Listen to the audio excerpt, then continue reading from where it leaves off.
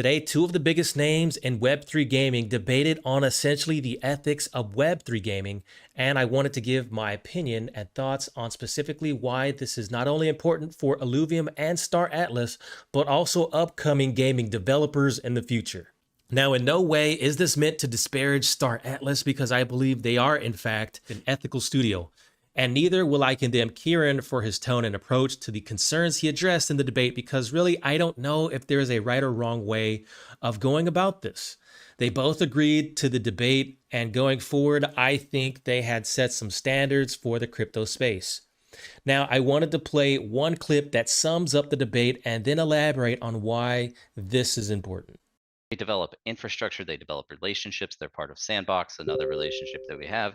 So How I does don't that think have it's any relevance to them playing in the game with $3 million of ships and another guy comes in on day one and goes, hey, he just wrecked me because he's got a starship that is blasting me out of the park and I have to go and build my ship like a normal MMO experience would be? The gist of it is consumers have purchased NFTs in the hopes of being a more developed, more advanced player when the game releases. Now, to Michael Wagner's credit, they somewhat mention, if I can kind of guesstimate what was the intention, is that the advanced players will have somewhat of an ecosystem of their own that will be barred away from other players, at least that's what I'm assuming, or even there may be regions for new players to grow and develop. But if you want to deck out at the start, they give you that option. Kieran takes this as a pay-to-win mechanic and would hurt their economy because some people in the sale already have too many purchases, which will monopolize their control in the game. I can see that as a valid concern, but it's nothing new to me. This essentially is pay to win.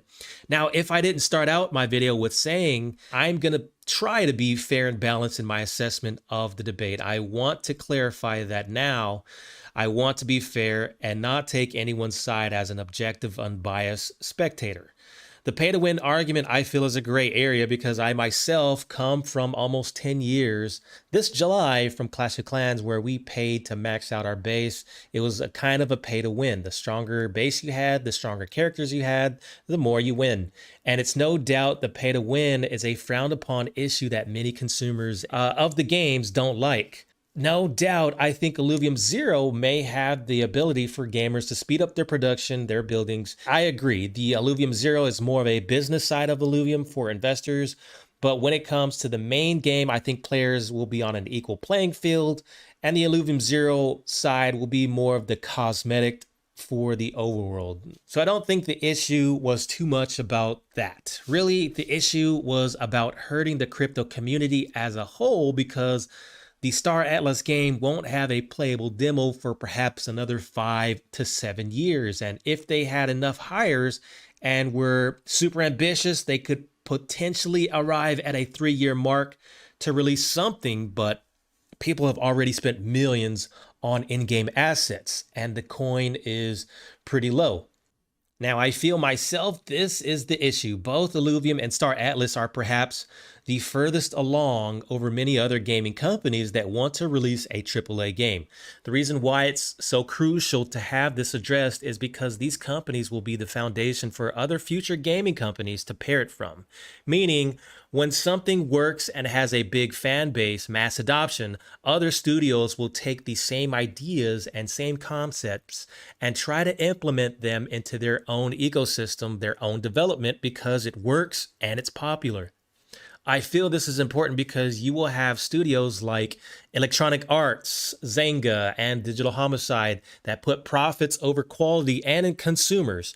And if all the profits are going to them and not towards the development, not towards the innovation, not towards revenue distribution, then you're going to just have a copy and paste scenario of big names coming over and just rebranding to be a Web3 gaming company with bad ethics. This is why I feel consumers need to know timelines and dates and transparency before doing any type of investment into their company's roadmap. Now, to Michael Wagner's credit, they are in it for the long run. So to have over 100 to 200 people for the next 7 years will probably take a large budget and fundraising, etc. And to be fair, the Bored Ape Yacht Club is doing the same with the other side game. They had their NFT sale and they have They're 8 fests and they've generated millions of dollars before there was even a game, but they did have their demo. And so they are, in progress of working with something.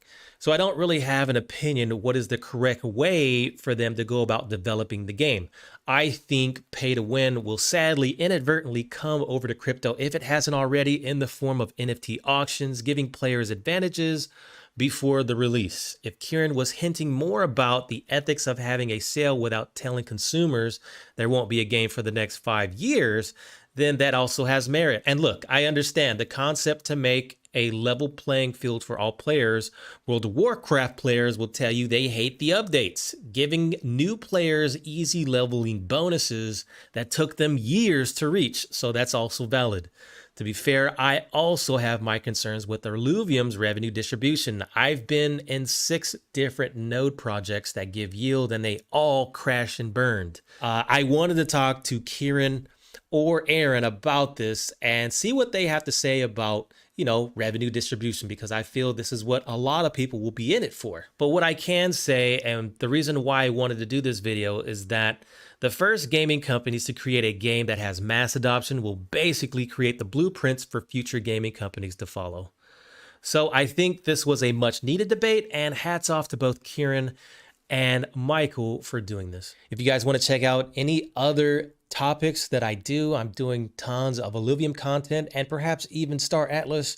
I might even jump into that when it's released, hopefully within the next 5 years. So thank you guys for watching. This is Godson, and I will see you on the next episode.